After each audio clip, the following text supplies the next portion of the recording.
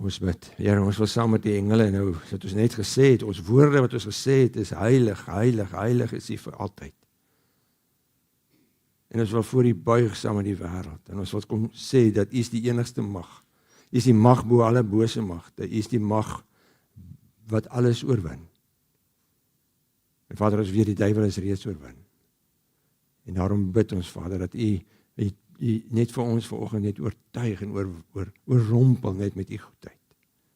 U woord, Vader, is nou aan U woord. En die Gees praat nou met ons. En Vader, ek vra dat elke oor, elke persoon wat ergens ingeskakel sal wees, ook hier sal sit vanoggend, totaal afgesluit sal raak, dat ons hierdie babbel om ons het, wat U beskerm oor ons is, en dat ons ore sal oopmaak. En ons harte sal oopmaak, en sal hoor as die heilige, lewende God met ons praat. Ons bid dit in Jesus se naam, amen. Nou, ek gaan nou daar lees, maar ek gaan vir julle so vinnig in 'n oorsig vat van waarmee ons besig was. Miskien het jy baie van Kolossense gemis, miskien is jy nie altyd hier nie, so dit help om die laaste, kan julle my hoor daar agter, dit help om die laaste Sondag van 'n reeks te kom, dan ken jy alles, dan kry jy alles, so, dankie dat julle gewag het tot die laaste Sondag en toegekom het, maar nee, wat ons gehoor het in Kolossense, dis 'n brief wat Paulus geskryf het, julle moet net jou hande opsteek as julle my nie hoor nie, hoor julle my? Wie is Jesus? Wie is ons? En hoe leef ons? Dis eintlik eenvoudig. Dis waaroor die hele brief gegaan het. So, vanoggend se tema wil ek maak, hoe lewe ons vir Christus elke dag? Dit is maar eintlik waar dit oor gaan. So kom ek lees vir ons by Kolossense 4 vers 2. Volhard in die gebed, wees daarby waaksaam en dankbaar, en bid tegelijkertijd ook vir ons, en bid dat God vir ons 'n deur vir die woord oopmaak, sodat ons die geheimenis van Christus kan verkondig, waarvoor ek hier gevangenes sit. Bid dat ek duidelik dit sal verkondig, soos dit my opgelê is, en tree met wysheid op, teenoor die mense wat nog buite die gemeente is, en maak die beste gebruik van elke geleentheid, wat julle moet sê, moet altyd vriendelik wees, met van goeie smaak getuig, en julle moet weet hoe julle elkeen behoort te antwoord. So ons het baie geleer, en ek het regtig baie geleer net deur hierdie brief te werk, ek het nuwe goed ontdek, en ek hoop as jy saam met my dit gelees het, as jy nog nie die brief gelees het nie, dit is regtig 4 hoofstukke, dit gaan so vinnig wees, om dit net deur te lees, so lees dit maar deur, as jy nie die hele tyd hier was nie, maar ek het regtig baie daaruit geleer. Maar die ding wat vir my uitgestaan het, en ek wil sê die hoogtepunt van Kolossense was Kolossense 3, 12 en 11 en 12, ek wil sê dit was sentrale punt van die Bybel, van Kolossense, maar ook die sentrale punt van die Nuwe Testament, en eintlik die sentrale punt van die hele Bybel, want hoor wat staan daar in Kolossense 3 vers 12, hy sê, God het julle gekies, julle is sy spesiale mense in hierdie wêreld, en hy is baie lief vir julle, en daarom moet julle die klere aantrek, wat by julle pas. Dis die senterpunt van God se hele boodskap in die Bybel. Hoekom? Want dis waar hy besluit het om te sê, ek gaan deur die kruis, en ek gaan my seun stuur deur die kruis, en as ek my seun gestuur het, dan gaan ek die wat in my glo, gaan ek uitkies, ek gaan hulle eenkant neersit, ek gaan hulle eenkant neersit vir my, en ek gaan hulle innig lief hê. Dit is van God se kant af. So, ek weet nie, miskien sit jy hier en jy het 'n radikale bekering gehad in jou lewe, of miskien het jy met tyd begin agterkom, maar Jesus is die waarheid en begin glo, maar die oomblik as jy by 'n punt gekom het in jou lewe om te sê, maar Jesus is die enigste oplossing, dan word jy 'n kind van God, en dan sê hy hier, wat ons nou net gelees het, daarom moet jy dan klere aantrek, wat by jou pas. So wat ek gehoor het, is dat, as jy mens kyk na hierdie gedeelte, dat ons vir God alles is. Ons is sy alles. Hy het alles gegee. Jy kan weer deur die hele evangelie lees, hy het alles gegee. Hy het sy seun gegee, sodat ek en jy met God versoen kan word. Die tweede ding wat hy gedoen het, deur dit het hy vir ons vandag vrye toegang tot by God gegee. Ons kan vrylik met God praat. Ek het hier 'n paar keer al gebid. Ek het vrylik met God gepraat. En ek kon vir hom sê, Vader. En wat gebeur het, ons is sy alles. Hy red ons nie net nie. Hy versoen ons nie net met Vader nie. Hy vergewe nie net ons sondes nie. Hy sê, hoor, ek gee vir julle my volledige Godheid binne in julle. Want ek wil hê julle moet weet hoe met julle klere aantrek. Ek gee vir julle die Heilige Gees. Nou dit was nie altyd so gewees nie. Dit was nie so gewees nie. Voor die tyd moes mense deur goeie dade, die wet wat hulle onderhou het, moes hulle probeer het om by God uit te kom. God was nie beskikbaar nie, hy het nie vrye toegang gehad tot hom nie. Die hoëpriester kon eenmal 'n jaar dalk by God uitkom, en had hy nog 'n tou in sy voet vasgemaak, dat as hy daar doodgaan, dan het hulle hom uitgesleep, want niemand mag daar ingegaan het nie. So God was ontoeganklik. Jy kon nie vir God sê Vader nie. Dit was godslasterlik geweest om te sê Vader. En die Heilige Gees was nie gegee vir gelowiges nie. Die Heilige Gees in die Ou Testament is gegee vir spesifieke redes. Profete is vervul met die Heilige Gees. Dawid, Saul het die Heilige Gees ontvang om 'n leier te wees. Maar die Heilige Gees was nie beskikbaar vir elke Joodse gelowige om te sê, maar God se Gees woon in my nie. So is 'n totale nuwe bedeling met Jesus wat gekom het. En hy sê, ek wil hê, julle moet hoor, dat ek beskou julle as my alles. En daarom moet jy antwoord, en dis die sentrale punt van vers 12 en 11. Vers 11 sê, Christus is alles. Ek moet op antwoord. As God sê, ek is jou, jy is my alles, en ek glo in hom, dan moet ek maar so sê, Christus is my alles. Hy sê, al wat saak maak is Christus, wat alles is in elkeen. So dis waar die boodskap, die senterpunt van die hele Kolossense brief. God wat ons sy alles maak, en hy wat sê, julle wat moet my alles maak. Nou dink ek in die week, maar hoe kan ek dit nou grafies voorstel? Want ek het baie gepraat oor klere. En toe dink ek, maar miskien moet ek dit soos 'n klerekas voorstel. Die hele reeks opsom soos 'n klerekas. Want ons moet klere aantrek, sê hy, die hele tyd. So ek het probeer, wat noem jy daai klerekasse ding wat so in die alles aan hang, in Afrikaans, in Engels is dit 'n ruil, né? Is ek reg? Wat is dit in Afrikaans? Reëling. Anyway, ek dink jy praat van 'n reëling in jou kas nie. Ek weet, wat is daai ding? Anyway, so jy het 'n ruil, 'n reëling waar jy al jou hangers moet nou aanhang. En jy moet vir uitvind, my sê, wat is die regte woord? Maar jy hang al die hangers daaraan, en dan kom jy in die oggend daarin, en dan haal jy, goed, Rikkie haal dit in die aantal uit, maar in die oggend kan jy ook gaan, haal jy jou klere uit, en dan sit jy dit een kant, of jy trek dit aan, vanaf die hanger. En dis wat ek gedink het, ons moet dit voorstel, op hierdie manier, sodat jy dit grafies kan verstaan, want bo is die ruil, alles hang daaraan. Jou hele geloof hang daaraan. Ons hele Christelike geloof hang daaraan, dat Christus gesê het, ek het jou een kant neergesit, ek het jou gekies, ek het jou innig lief, en dat jy daarop moet antwoord om te sê, maar ek ook. Ek kies ook vir u. En terwyl ek het voorberei, toe dink ek, maar ek kan eintlik nie vir julle, ek is nog nie daar nie. En ek het laas week ook met julle daaroor gepraat, paar weke terug. Paulus sê ook dieselfde, hy sê, ek sê nie dat ek al hierdie nuwe klere, 'n nuwe lewe al klaar het nie, of dat ek al klaar is wat ek moet wees nie, maar ek sal aanhou probeer om dit te kry, want Christus, Jesus het gesê, ek behoort aan hom. So dis die hele tyd wat ons met God besig word, is dit nie, ek het dit alles reeds nie, ek het al die klere, of ek trek die regte klere in elke keer as ek uitgaan nie, baie keer trek ons verkeerd aan, en ons doen verkeerd. Maar weet dis iets waarna jy streef, omdat hy jou innig lief. So die eerste klerehanger wat ek net vinnig vir julle wil hê is die volgende een, is wie is Christus? So daai bo is nou die ruil, die ding waar alles aan hang. Bo alles bestaan daar. En toe het ons gesien in die begin, maar die eerste ding wat ons elke oggend moet aantrek, is om met hierdie wete te weet, maar ek het iemand wie Christus is, en dis wie hy sê, hy die seun is die beeld van God. Elke oggend weet ek dit, van God wat nie gesien kan word nie. Die seun is die eerste, die verhewe bo die hele skepping. God het deur hom alles geskep wat in die hemel en op die aarde is. en alles wat gesien kan word, en alles wat nie gesien kan word nie, konings, heersers, maghebbers, dit waar ons nou gesing het, en gesagvoerders, alles is deur hom en vir hom geskep. Voor alles was hy al daar, en deur hom bly alles in stand.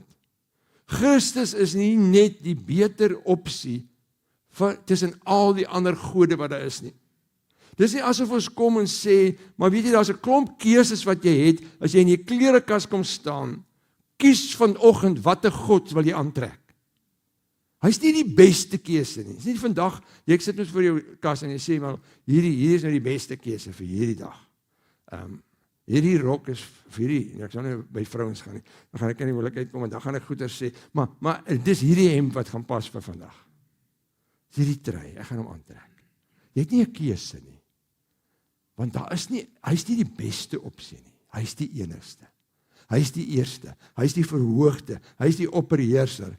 Hy's hy wat jou geskep het. Dis hy wat die heelal in stand hou. Hy's volkome God. Dis wie hy is. So elke oggend, as jy 'n kind van God is, trek jy as te ware aan die klere van Christus om te sê, dis wie ek dien. Die een wat die enigste God is. Dis waarvan my bestaan is. Dis waarom ek daar is. Die tweede klere hak wat jy afhaal, is om te sê, maar wie's ek? Alles is vir my betaal. Ek hoef niks te betaal. Hy sê, julle was dood, deurdat julle gesondig het. En deurdat julle sondige natuur nog nie weggeneem was nie. Christus het julle egter saam met, God het egter julle saam met Christus lewend gemaak, deurdat hy al julle sondes vergewe het. Hoor dit, ek het vanoggend gesê woorde, hierdie woorde, al luister jy net die Bybel, moenie na my luister, jy kan na my luister ook, maar luister na die woorde van die woord. Jou sondes is vergewe. Hy het die skuld bewys met sy eise teen ons tot niet gemaak. Deurdat aan die kruis te spyker het hy dit vir goed weggeneem. Hy het elke mag en gesag ontwapen en hulle in die openbaar vertoon deur as gevangenes in die triomftocht van Christus mee te voer. So hoor wie jy is. Alles is betaal. Hy sê hy die skuld bewys, die sonde bewys. As die duiwel sou kom en hy na God toe gekom en gesê, hoor hier is hierdie persoon, jou naam is bo, sy skuld en hy is nie goed genoeg nie, dan sê Christus, hoor jy, dis vaskap aan die spyk. Ag, is vaskap aan die kruis. Dis gone, dis weg. Bestaan nie meer nie. Tweede ding wat hy sê is dat elke bose mag is oorwin. Hy het die houvas van die duiwel op mense kom verbreek. As jy vanoggend hier sit met 'n houvas, dan kom hoor dit is verbreek. Alle houvaste is gebreek. Hy sê Jesus het oorwin. Dis wie jy is. Alles is betaal, jy hoef niks te doen nie. En dan die derde hanger wat jy aantrek, nadat jy aangetrek het, wie's Christus en wie's ek? Dan sê my, hoor, jy het 'n nuwe lewe. Jy het nuwe klere. As jy nuwe klere het, dan trek jy dit aan. Jy koop spesifiek vir 'n spesifieke situasie. Dan trek jy jou nuwe klere aan. Hy sê jy het die nuwe lewe. Aangesien, en dan sê hy, aangesien jy saam met Christus uit die dood het opgewek het, moet jy streef na die dinge wat daar bo is, waar Christus is. Waar hy aan die regterhand van God sit. Rig jou gedagtes op hom, wat daar bo is, en nie op die dinge wat op die aarde is nie. So elke oggend kom haal jy die klere van die nuwe lewe aan. En die nuwe lewe sê vir ons, begin jou dag met jou gedagtes by God. Want hoor jy, hy het ons nie uit hierdie wêreld uitgehaal nie. Hy het ons nie daar gesit en sê, hoor jy, julle Christene leef daar, en hier leef die res van die wêreld, hier gaan ons soos die Amish, gaan ons eie goeders doen nie. Hy sê, ek sit julle in hierdie wêreld in. En julle gaan die hele dag, gaan julle versoek word. Die sedeloosheid van hierdie wêreld, die hebsug, woede, leuns, ongeskiktheid. Mense gaan met jou ongeskikt wees en die hele dag gaan jy tussen hierdie goed leef. En ek het gesê, alhoewel ons vir die sonde dood is die sonde nie vir ons dood nie. Die sonde gaan die hele tyd kom om ons weg te lei van God. En as jy vanoggend opgestaan het en jy sê, ek het my gedagtes daarbo gaan sit, dan weet ek, die versoekings gaan kom. En ek het gesê, dit is soos 'n wit kleed, wat vuil raak in hierdie wêreld, wat moet skoon gemaak word. En baie keer is dit so, dat jy in hierdie wêreld inloop, en dan val jy vir die sonde van hierdie wêreld. As 'n kind van God, dan doen jy wat die Bybel sê jy nie moet doen nie. Hoor wat sê hy? As jy dan by daai punt kom, dan sê hy, as hy jou sondes bely, dis die skoonmaak daarvan. Hy maak jou klere skoon. Hy is getrou en regverdig. Hy vergewe ons sondes. Hy reinig ons van alle ongeregtigheid. Nou is dit terug, ek nog weet, hier is nog nuwe klere. Nou jy kry ook die goddelike klere. Hoor wat sê hy? Die volgende verskuifie. Daarom, Kolossense sê, daarom moet julle die volgende soos klere aantrek. Hoe moet julle vanoggend aantrek as julle uitgaan in die wêreld is? Wees liefdevol, liefdevolle deernis, vriendelikheid, nederigheid, sagmoedigheid, geduld. Verdra mekaar as enige een 'n klagte teen iemand anders het, vergewe mekaar soos die Here julle vergewe het. En die heel belangrikste wat julle moet aantrek is die liefde. Die liefde bind alles volmaak saam. Christus het vir julle vrede gegee en daardie vrede moet julle lewe regeer. God het julle uitgekies om een te wees, die een liggaam van Christus sy kerk. Daarom moet julle in vrede met mekaar leef en moet julle dankbaar wees. So ek sê weer wat ek net gesê het. Christus het ons nie uit die wêreld uitgehaal nie. Hy sit ons in hierdie wêreld in. En ons leef tussen mense elke dag, by die sport, by die winkels, in jou huisgesin. Daar sê hy, man, wees sagmoedig. Dis die eerste ding wat mense moet raak sien. En as jy vergifnis nodig het, vergewe. Nie net een keer sê Jesus nie. Oor en oor en oor, tot jy nie meer kan ophou tel hoe verkeer moes jy vergewe het nie. Want dis wat hy sê. Hy sê, gee liefde. Maar hoorie, jy moet ook liefde kan ontvang. Het is baie keer vir ons moeilik om liefde te ontvang. Sê, hoorie, mense, gee om vir my. So hy sê, trek hierdie klere aan. En dan vat hy dit, en dis die klere wat ons in ons huisgesin moet aantrek. En dis hier waar hy vir ons leer. Ons het dit laas week gehoor. Hy sê, trek klere aan. In die Engels sê, what is fitting? Met ander woorde, klere wat pas. Julle is een van julle grootste complaints, en nou sal ek maar moet sê by die vrouens. Die klere pas nie. Gelukkig het ek nou die dag 'n ding gesien op Facebook, wat die vrou gesê het, sy sê, lyk ek vet in hierdie rok? Hy sê, nee, is vet wat jou dat vet lyk. So, is die klere. Hy was ver weg begrawe, dink ek. Maar dit is dit. Ons moune is die klere nie pas nie. Hy sê, trek klere aan wat pas. En die klere wat pas in die huwelik, sê hy, vrouens wees aan julle mans onderdanig. Maar hy het gesê, geestelike onderdanigheid. Hy het gesê, die klere wat pas, mans, wees lief vir julle vrouens, en moenie die lewe vir hulle bitter maak nie. Onthou julle laas week. Hy het gesê, kinders, wees gehoorsaam aan julle ouers, omdat julle eerstens aan God moet gehoorsaam wees. Hy het gesê, vaders en ouers en moeders, moenie die lewe vir julle kind so moeilik maak, dat hulle moedeloos raak nie, maar help hulle eerder om Christus te volg. So as jy die hele boek so wil saamvat, dan dink ek Paulus begin in die hemel, en hy sê vir ons, wie is God?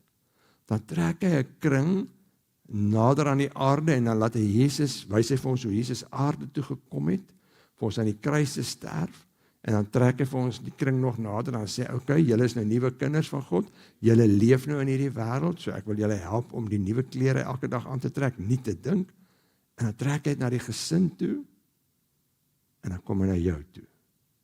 En nou praat hy met jou, hoor wat sê hy, volhard in die gebed, wees daarby waaksaam en dankbaar. Jesus op 'n stadium praat met sy disippels, dan sê hy vir hulle, hoorie julle ouens, ek gaan julle nou uitstuur na hierdie mense toe. Ek gaan julle uitstuur soos lammers tussen wolwe. Want buite in hierdie wêreld is die wolwe. En as jy veronderstel om 'n lammer te wees, hy sê, hoe gaan jy dit doen om in jou gesin, in jou vriendekring, sterk te staan? Deur gebed. Jy gaan sterk staan. Hy sê, eerste ding wat hy sê, staan sterk in julle geloof. Die Engels sê eintlik, be faithful. En dit gebeur net met gebed. Wanneer jy by God kom staan. En weet jy, ek weet nie wie dit so ingewikkeld gemaak, dat gebed so 'n ingewikkelde ding is. Gebed is eintlik maar net die taal waarmee jy met God praat. En elkeen van julle het julle eie dialek en 'n aksent ook waar jy mee praat. So jy hoef nie met God te praat soos wat ek met hom praat nie. Dis jou taal waarmee jy met hom praat. Dis die liefdestaal van God. Want jy praat nie met 'n regter of iemand wat jou gaan oordeel of met 'n ou baas daarbo wat die hele tyd vir jou kyk en sê, "O, ek gaan jou straf nie." Jy praat met die een wat sê, "Ek het jou gekies. Jy het nie nodig om my te oortuig nie. Ek het jou klaar een kant neergesit vir my, jy is myne." Dis vers 12. Ek is jou innig lief. So jy hoef niks te kom om vir God te oortuig in gebed nie. As jy na God toe kom in gebed, dis dit doodeenvoudig liefdestaal. Dis die taal van enige iemand wat deur God liefgehê is. So John MacArthur is my baie mooi ding ek kon dit nie lees. Ek kon dit nie los om nie vir julle te gee nie. Hoor wat sê hy? The Christian who does not pray has forgotten who they are.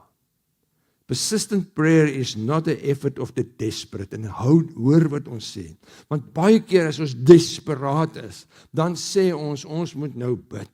En ek sê nie ons moenie dit doen nie, maar hy sê persistent prayer is not an effort of the desperate, is the language of the beloved.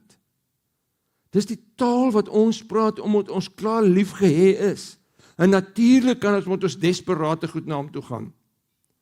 Maar gebed is daai taal wat ek sê, ek hoef nie God te oortuig van sy liefde nie. Jy kan na kom en sê, Here, vergewe my sondes. Ek kan my ook om sit en sê,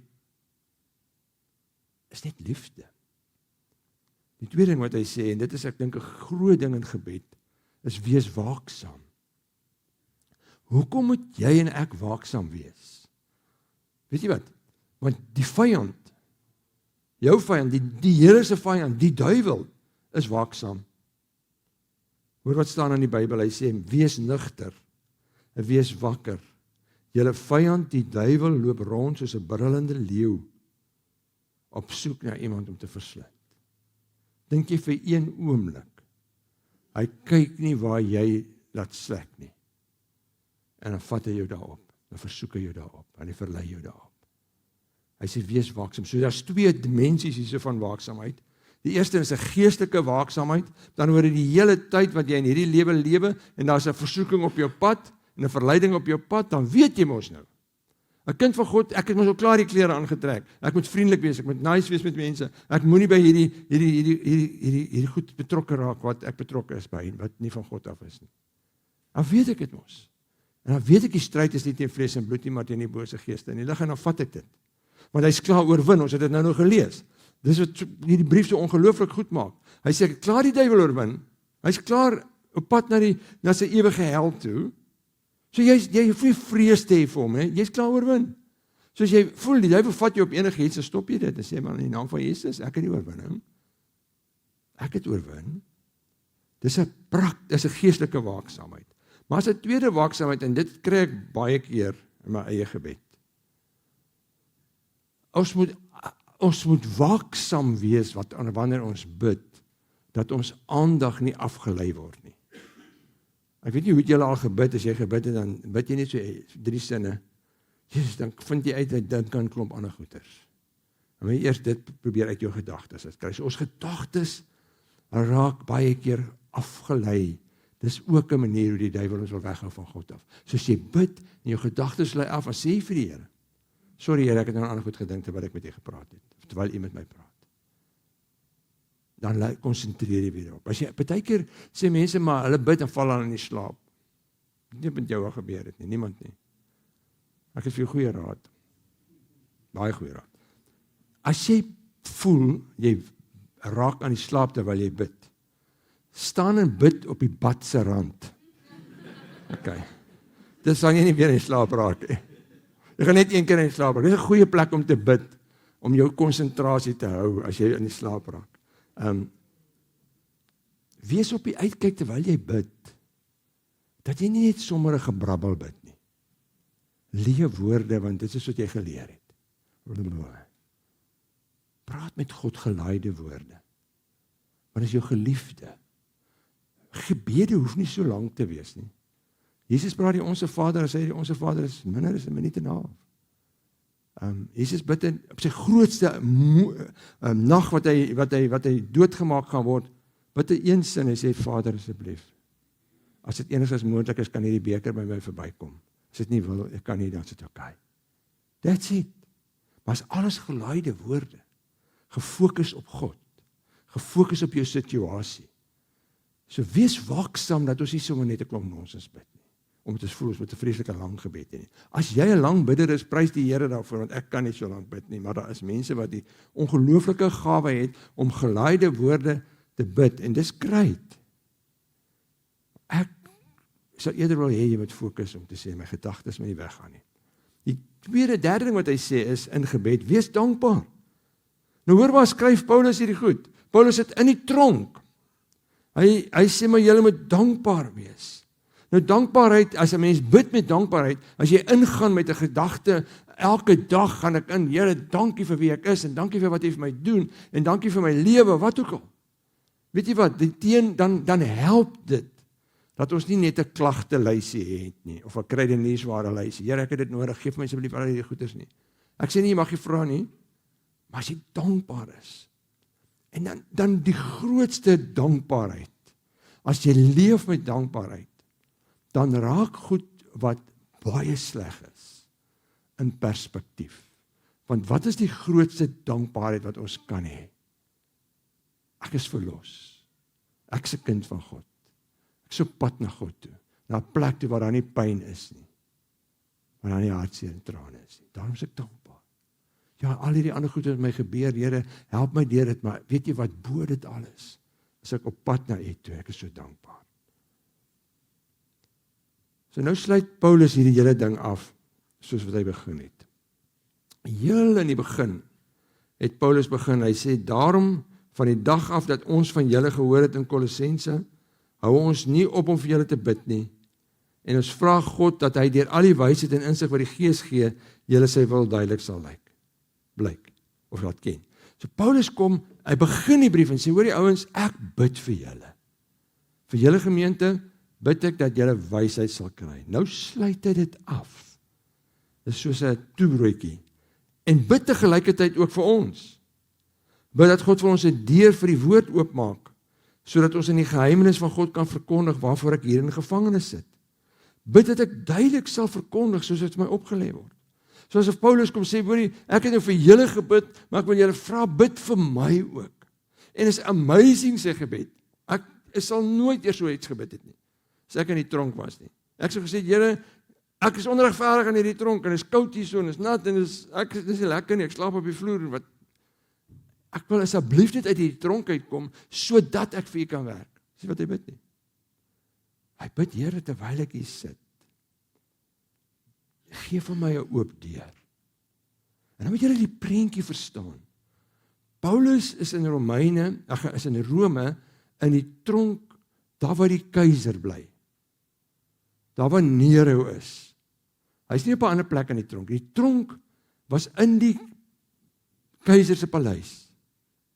En die keiser se wagte het hom opgepas. En na alle waarskynlikheid was hy aan hulle vasgeketting. Nou dink dit jy's 'n wag wat aan Paulus vasgeketting het en hy kan praat. Paulus kan hom so sien, hy praat baie.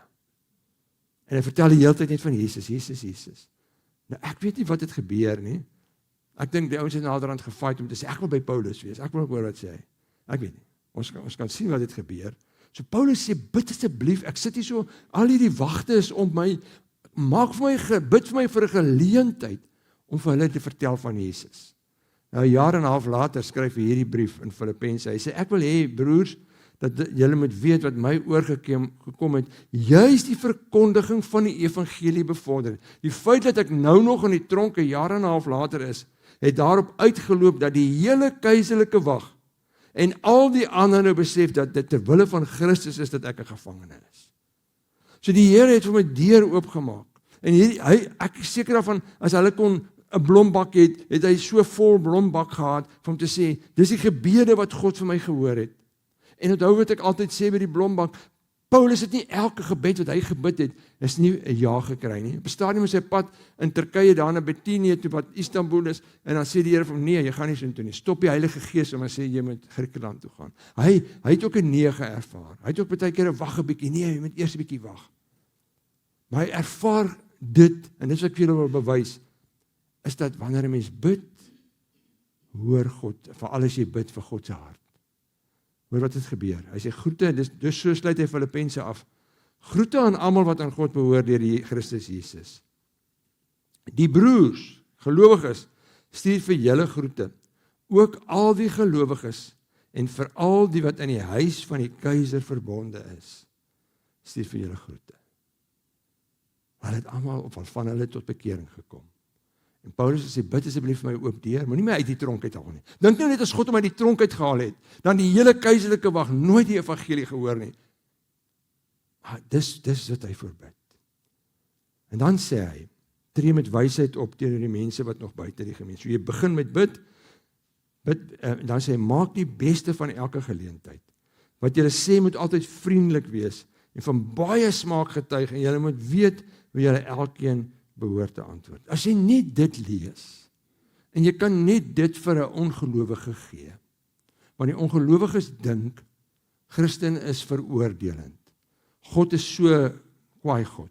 Hoor hoe sê God, hoorie, daar waar jy tussen mense bly wat buite die gemeente is, wees asseblief net soos 'n kind, tree net soos 'n kind ordentlik op. Tree op, moenie dat hulle kry, wat ek so sê, die wêreld dink, God veroordeel hulle. Hoor wat sê Jesus?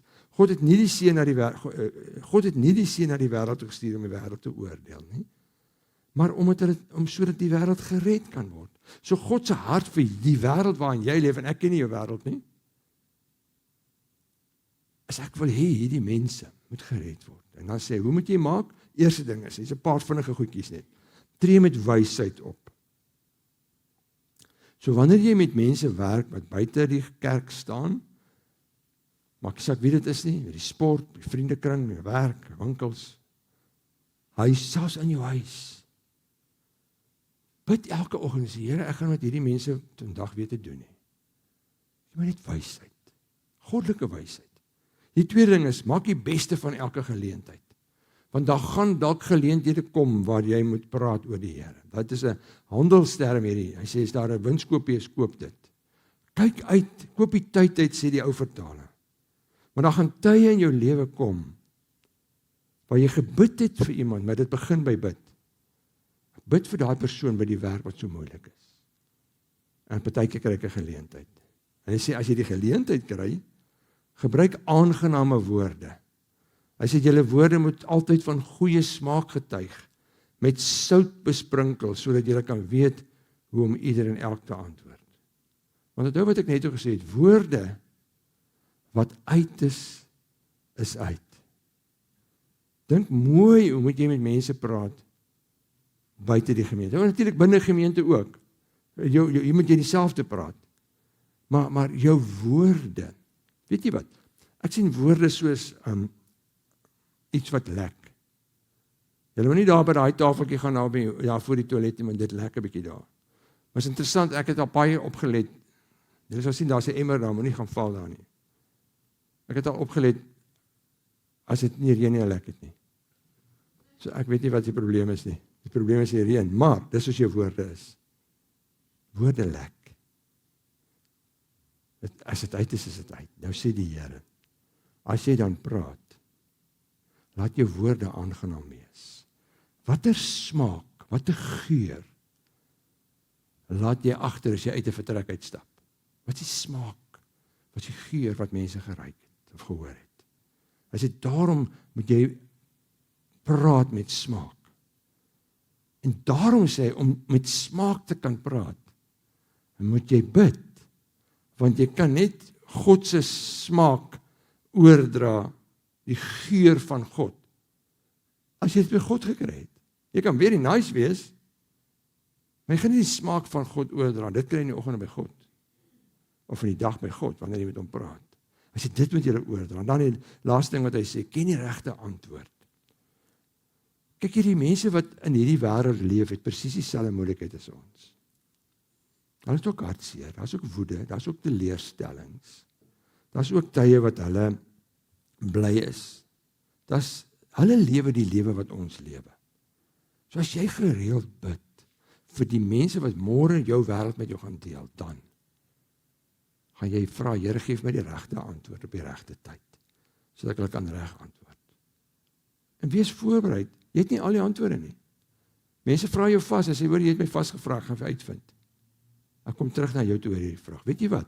Dit is so geleentheid om dan terug te gaan. So jy het my gister gevra, is, what about God, en wat God, wat hierdie mense, wat soveel, hoe is daar soveel hartseer, of hoeveel pyn, as God is? So, ek het nie die antwoord nie. Maar ek gaan terugkom na jou toe. Oor 'n week kom jy terug, sê, hoor jy, nou dan gaan vrae geantwoord, kom ons gesels 'n bietjie daaroor. Ek het nou antwoord. Vra vir my, bel vir my, wat ook al. As jy gaan Google ek. So dis hoe God wil hê ons moet leef. En dis hoe Paulus hierdie hele brief afsluit. So kom ons vat alles saam. Aan die einde skryf Paulus 'n brief, nie aan die Kolossense alleen nie.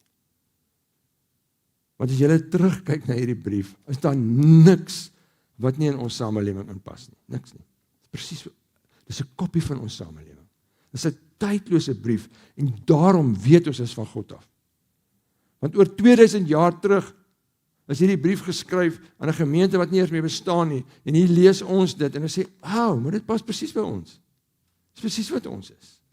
So wat het ons gehoor? Christus is alles, sit waar hy skryf hier op. Christus is alles.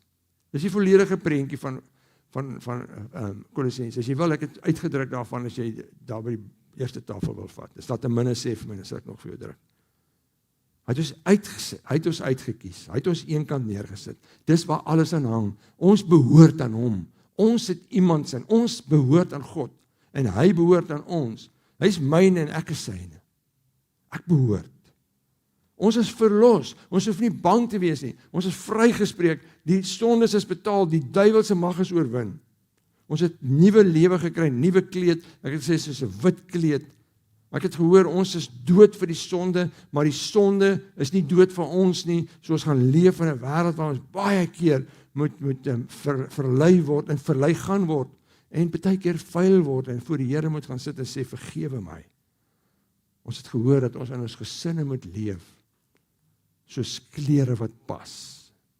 En dan sê, gaan in hierdie wêreld in, met wysheid, praat met smaak. Wees iemand, wat mense kan sien, maar hierdie ou is anders. So kom ek bid vir ons. Here, ons kan nog seker baie praat oor hierdie woord, oor hierdie brief, maar so 'n ingrypende woord gewees, vir myself. Maar Vader, ons hoor wie U is. Jesus, U is, wat ons net oor gesing het. U naam is die hoogste. U is bo alles. U is ons God. En ons aanbid U, omdat U ons kom vergewe het, sê ons vir dankie daarvoor. En daarom sê ons dankie vir nuwe klere. U gee vir ons die Heilige Gees, wat die hele tyd vir ons sê, hoor, daai klere pas nie. Daai goed match nie.